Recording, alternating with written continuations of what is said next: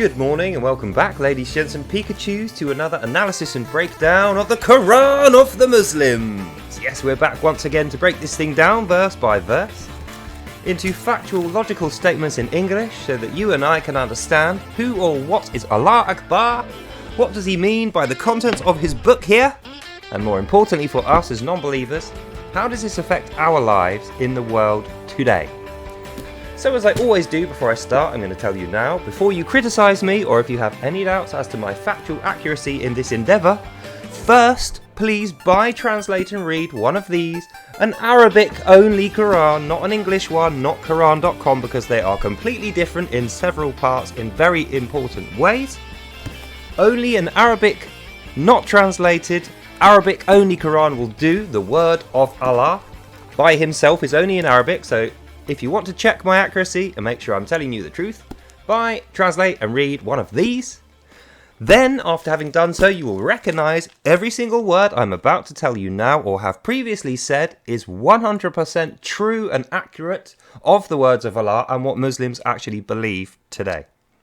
So, if you've been keeping up with the series, I had a few stonkers yesterday, the day before and last week. The whole lot of the last 2 weeks' videos have been chef's kiss, cracking, so I hope you watch those. We've been going through Al-Niisa, the Book of Women.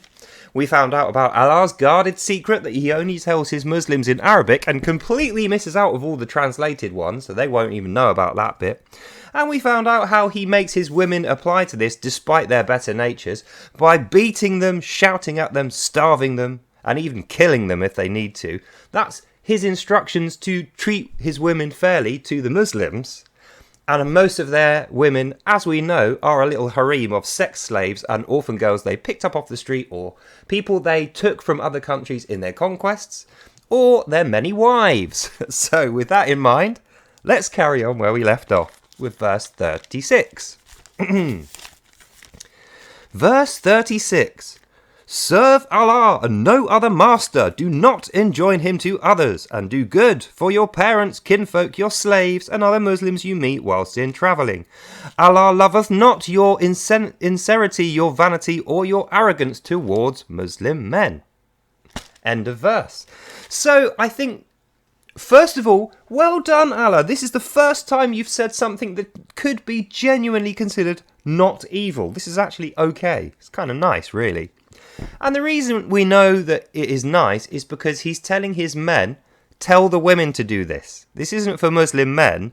When he says serve Allah and no other master, he's saying serve your husband, who is the arbiter of Allah's word to you, O women. Do not enjoin him to others. So don't even listen to other men. Don't listen to other people's husbands or anyone else really, apart from the Imams and Muhammad. Even though it's not said here, we know from previous verses they're more important than your husband, O women. But you're not allowed to speak to them or about them, and they won't be speaking to you. So just listen to your husband, O women.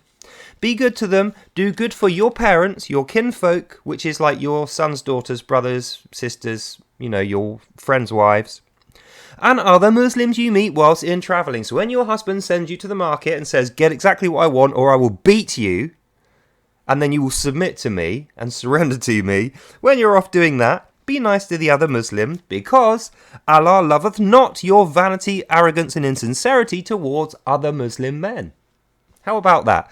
So the women are expressly commanded, cover up your whole skin, don't show your hair, don't look at men, don't talk to men, look at the floor, get the shopping you're told to do with the money you got given, be nice to anyone else who you do speak to along the way, especially Muslim men. The reason you're doing this is because if you do anything, if you speak to other people, if you show your hair or flesh, if you don't do exactly what you're told, O women, you're vain, you're arrogant and you're insincere.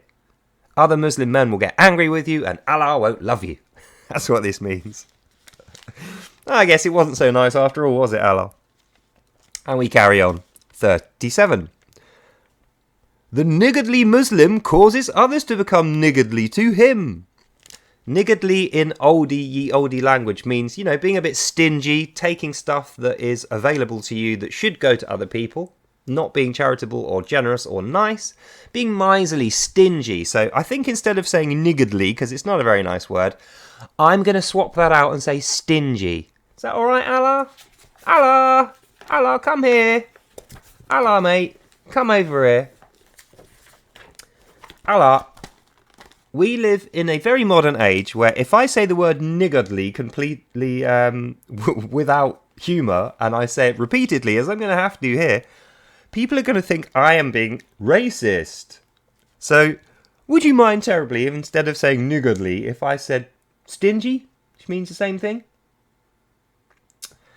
Don't be unreasonable, Allah. It's a different world today. I know nothing was ever hidden from you, and you know all things, and you revealed all the secrets.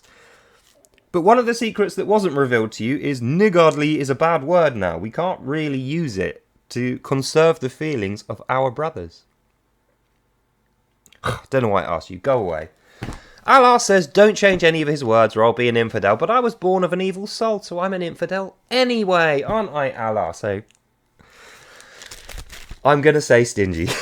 Just for the sake of people's understanding, niggardly and stingy mean the same thing. It doesn't mean what it sounds. It's nothing to do with the racial epithet. Niggardly and stingy, same thing. So we carry on. 37. The stingy Muslim causes others to become stingy to him. Hide Allah's bounty from them, for Allah has prepared a contemptful punishment and grievous pain for all who do not obey him and refuse to surrender to Islam. End of verse.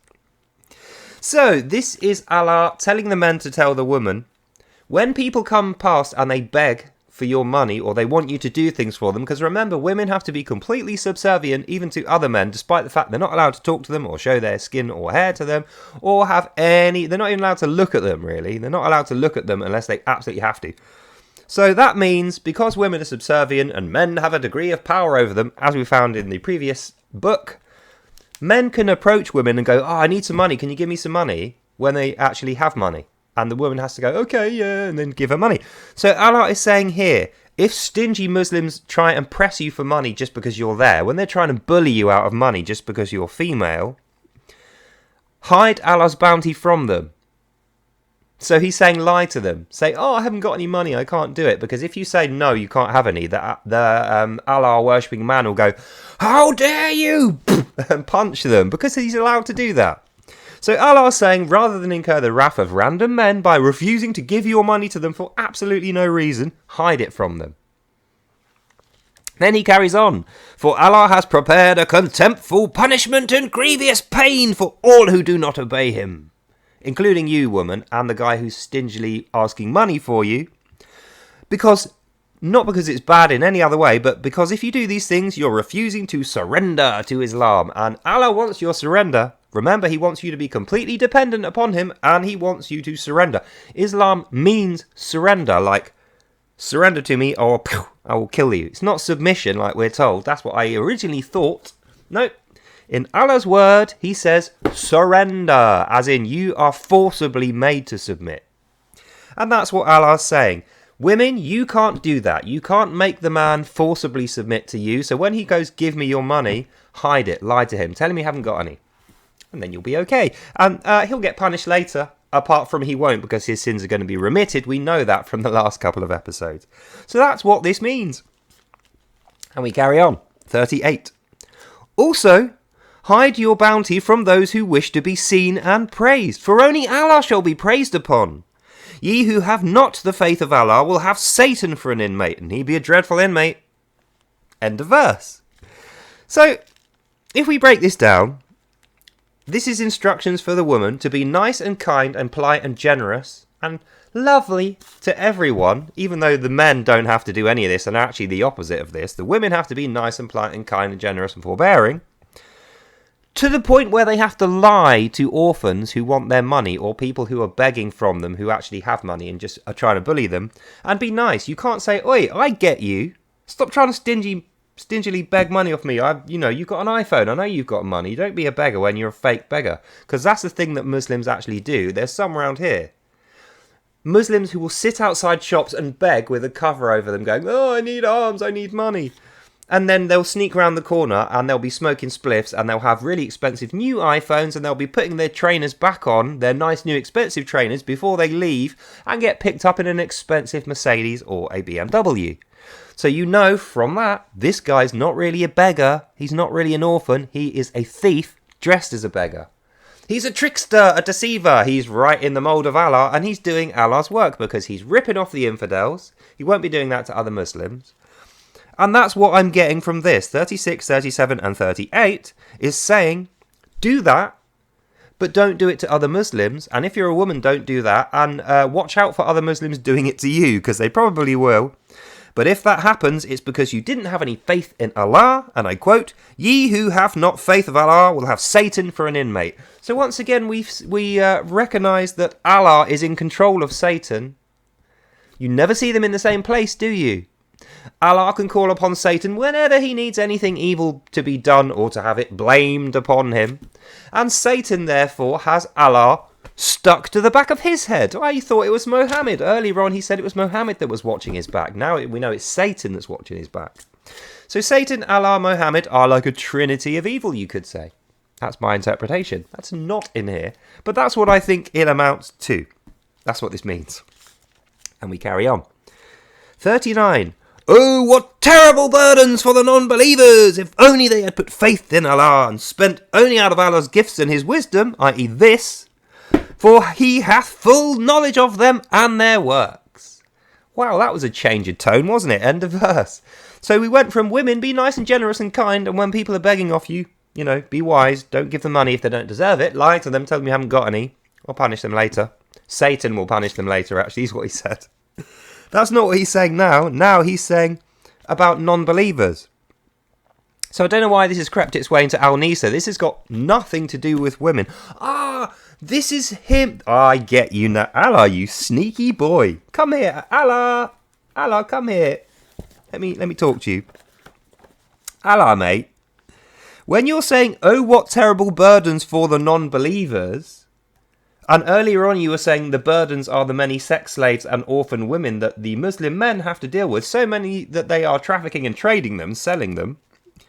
Is that what you're talking about when you say terrible burdens? Are you saying the women who don't believe are the terrible burdens?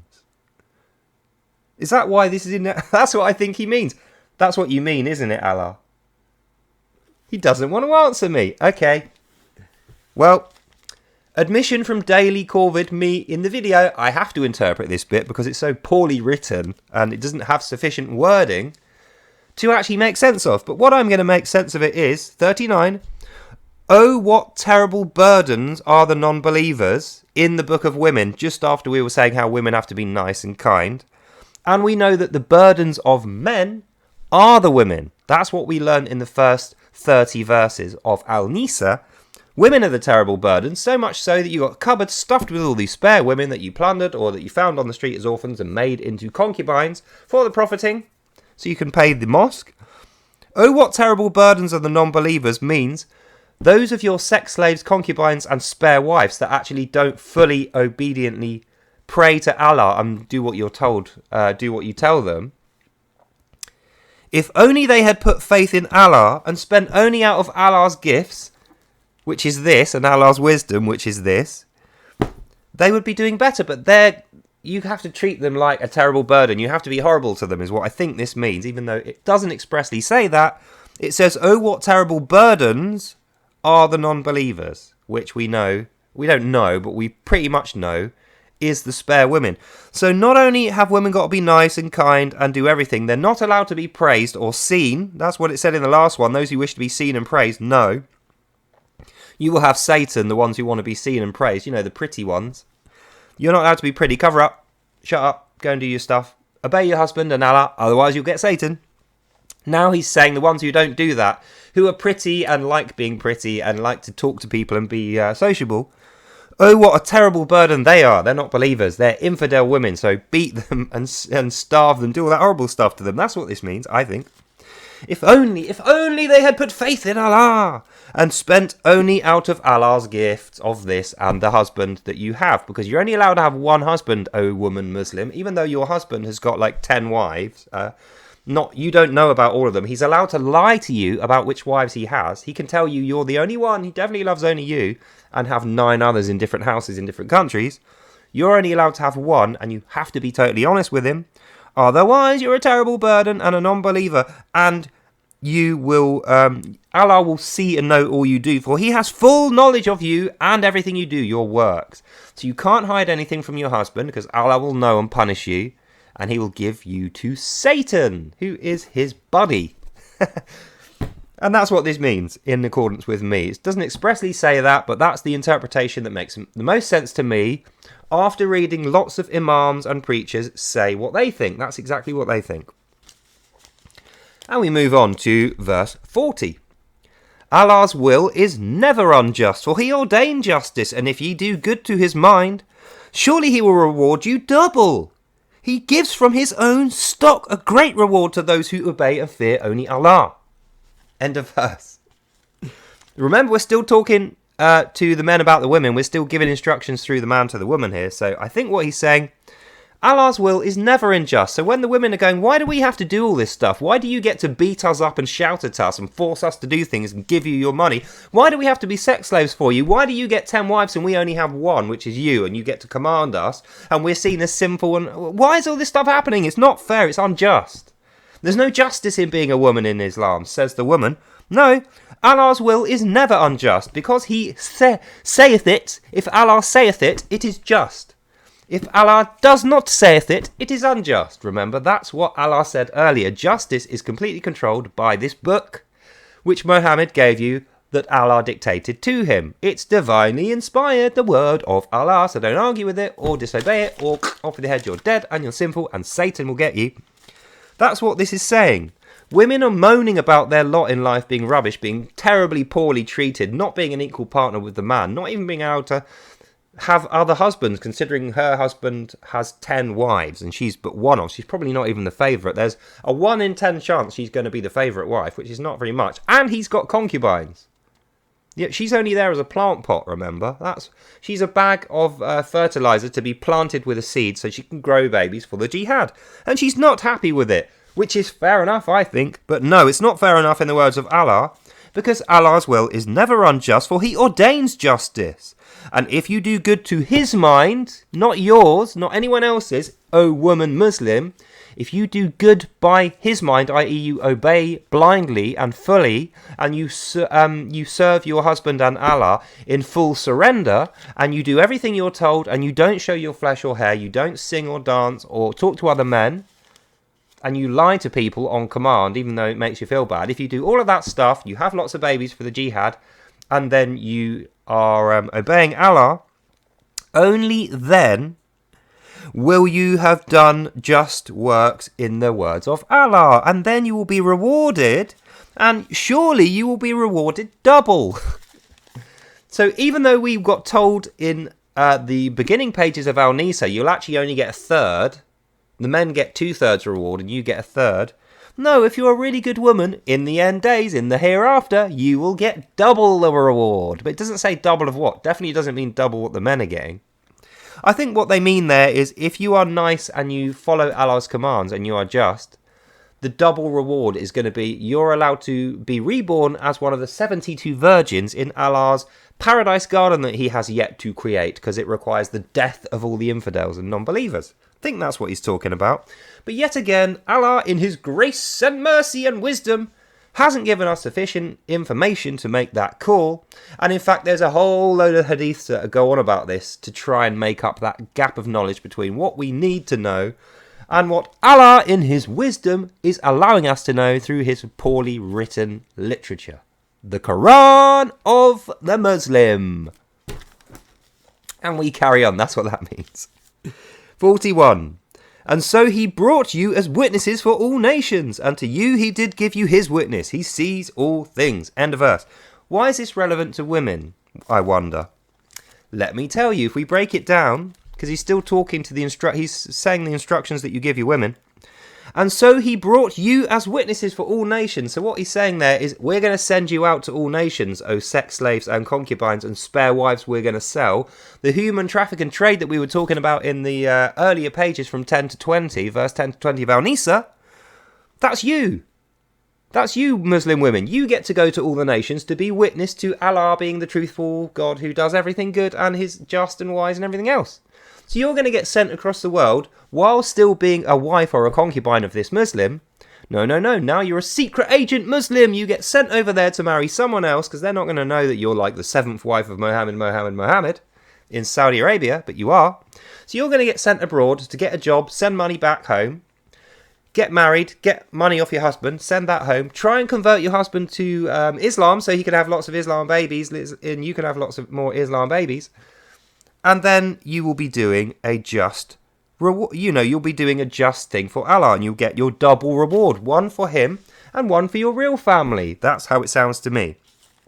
And if you do that, he will give you his witness, for he sees all things. So even though you're over there and you're doing a horribly deceitful, lying, having a fake family thing when your real family's back there, and it's considered sinful that you're doing this, because remember, that's fornication is what you're doing there. You're being press-ganged into fornication abroad in order to pay your family back home and do lots of work for Allah, which the man is going to get the most credit for. Nobody's going to know what goes on over here, whether you're treated well or not. No one's going to even be there to help you if you are badly treated. But Allah will be watching, so he'll be witnessing you and you'll be witnessing them, so it's all fine as long as you do Allah's instructions and surrender and obey. You'll get that double reward after you die, even though you get nothing in life. That's what this means. Which is a pretty raw deal, isn't it? Allah, come here a minute. Allah. You seem to have no idea about this, so I'm just going to tell you. After having read quite a lot of your book for quite a long time, accurately as well, the Arabic one, not the fake one that you said was written by Satan, you know, the English one. Have you ever actually met a woman? I don't think you've met many women, because if you had, you wouldn't be treating them this way. They don't deserve this. Women are lovely. Women are a gift from God to us. You don't appreciate women. And you know what? You'll burn in hell for this, and I will love it. So will women. Go away now. So that's him admonished. And we move on to the last verse, number 42. On that final day... Oh, he's going to get me back for saying that now, isn't he? Allah, you sneaky boy. On that final day, infidels and the disobedient ones will wish an earthquake has swallowed them down. There will be no hiding place from Allah's eternal rage. End of verse. I love it, and I had to do that. Rage, because that's how it is written.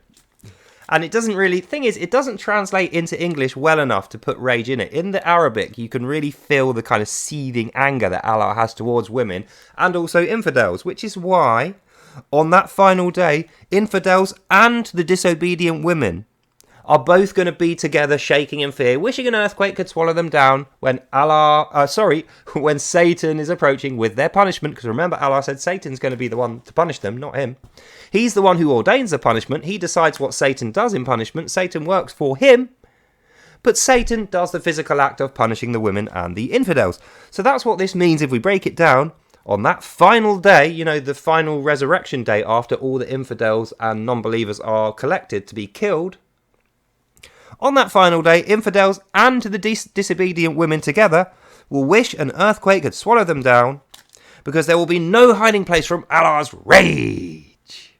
And what that means is quite what it sounds like. On the final day, infidels, non-believers, the most evil people on earth, Jews, Christians, apostates, atheists, pagans, agnostics, Buddhists, everyone else who's not a faithful Muslim, are going to be collected together, put in one spot, along with the disobedient women who didn't agree to have the double life, lie, do exactly what they were told, cover up, never speak, don't look at a man for too long, and do all the rest of that stuff. They'll be put in with the infidels, because they're just as bad as infidels, dirty, disgusting, sinful women in the eyes of Allah. And there will be no hiding place from Satan's rage. Satan's going to kill them and punish them. Then they're going to be grave tortured. Then they're going to go to hell and be burnt forever. So says Allah, the most merciful, oft forgiving, apart from if you're an infidel or a woman. And that is the end of our reading. So what do we think of this, guys? So far, we've gone through 42 verses of Al-Niisa, the Book of Women. So far, it hasn't actually had anything that women will read. Well, remember, this is to men. This is the Book of Al-Niisa, the Book of Men. This is what you do with your women. This is how you collect women. This is how you train your sex slaves and your wives.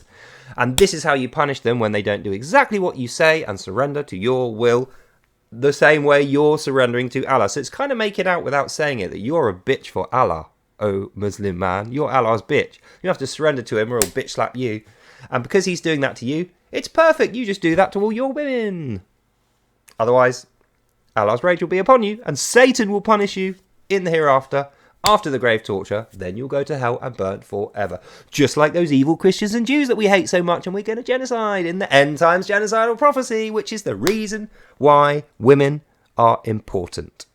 Because without that, they might as well all just be gay. They would hate women. That's the God's honest truth. And that is the end of this video. So I hope you enjoyed that and you learned something. Look out for me at 4:15 later with the next episode of Without Lies, Islam Dies. In the meantime, have a lovely day. God bless you all, and I will see you, amazing, lovely, beautiful, intelligent, wise, and smartly moral people, in the next one. Bye now. Isn't it just such a relief for all these poor Muslim women who are being mistreated that this final day of resurrection is virtually certain to never happen? So, thank God for that, not Allah, and I'll see you, lovely people, in the next one. Bye.